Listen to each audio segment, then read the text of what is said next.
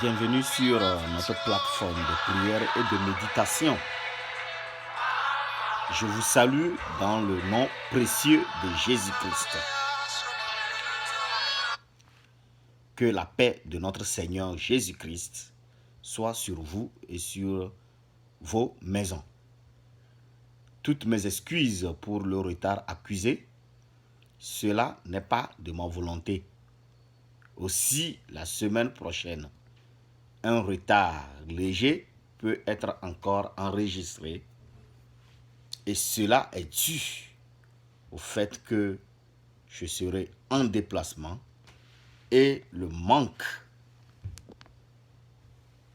de réseau adéquat pouvant permettre la diffusion de mon message.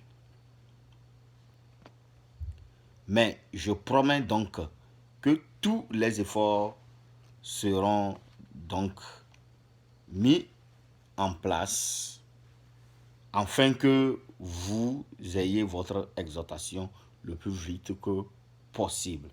Que Dieu vous bénisse, que Dieu vous protège.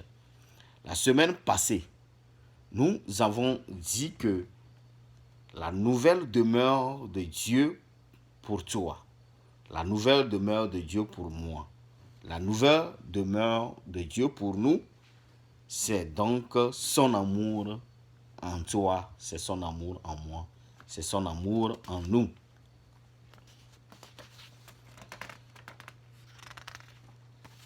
Cette semaine,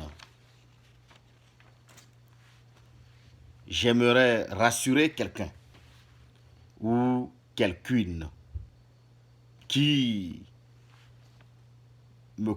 m'écoute en ce moment. Que Dieu combat toujours de ton côté. Mon frère, ma soeur, Dieu combat de ton côté.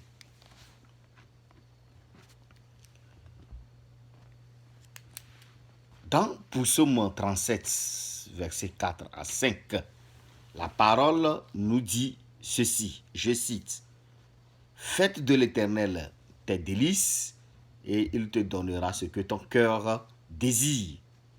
Recommande donc ton sort à l'Éternel. Mets en lui ta confiance, et il agira. » Dieu a un plan pour chacun de nous. Le diable en a un aussi. Alors, comment savoir si le rêve que nous avons en nous vient de Dieu ou pas? Il est sage, mon frère. Il est très sage de ne pas sous-estimer votre adversaire. Mais il est vital de ne pas le surestimer non plus. Il est bon et il est sage de ne pas sous-estimer ton adversaire et il est très important, voire vital, de ne pas le surestimer non plus. Il est bon de se confier en Dieu et de croire que Dieu, l'Éternel, agit en notre faveur. Le psaume 138, le verset 8 dira que sa bonté dure toujours et qu'il n'abandonne jamais les œuvres de ses mains. Dieu ne peut jamais abandonner les œuvres de ses mains. Dieu ne peut abandonner de travailler toujours de ton côté. Dieu ne peut abandonner jamais de combattre de ton côté. Lorsque vous vous mettez activement au travail pour vivre le rêve de Dieu pour votre vie, prenez-vous l'habitude de placer votre confiance en Dieu? Voici des questions qui vont se présenter à votre esprit et qui pourraient vous déstabiliser parfois. Des questions vraiment banales. Quelques-unes que je cite. Es-tu certain de vouloir réussir pour glorifier Dieu? N'est-ce pas pour ta réussite, n'est-ce pas pour ta propre réussite et ta réputation que tu fais tous ces efforts? Es-tu prêt à supporter la pression face à l'échec? Et que dire de ses capacités à faire face à la réussite? Penses-tu vraiment être une solution que Dieu veut offrir au monde qui souffre? Mais pour qui te prends-tu? Regarde ta vie. Qu'as-tu à offrir? Qu'as-tu à donner? Qu'est-ce qui est de bon qu'on peut retirer chez toi? Vous savez, laisse-moi te dire ceci. Toutes ces phrases et ces questions sont des mensonges du diable. Mon frère, ma soeur, n'écoute pas ces paroles mensongères. À toutes ces remarques et ces questions, regardez, répondez par la parole de Dieu. Bien que vous soyez un vase de terre fragile et fissuré, vous transportez un trésor en vous.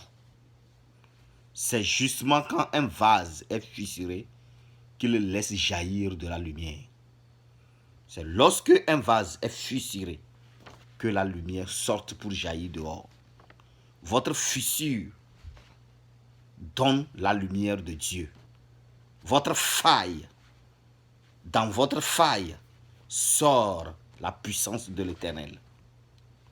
Aujourd'hui, mon frère, ma soeur, je vous invite donc à proclamer avec moi, dans la prière, cette parole, dans le nom puissant de Jésus.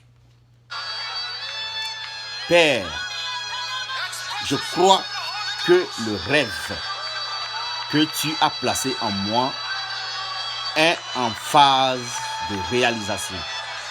Je sais que tu me relèves des détails au futur et à mesure avec plus de précision.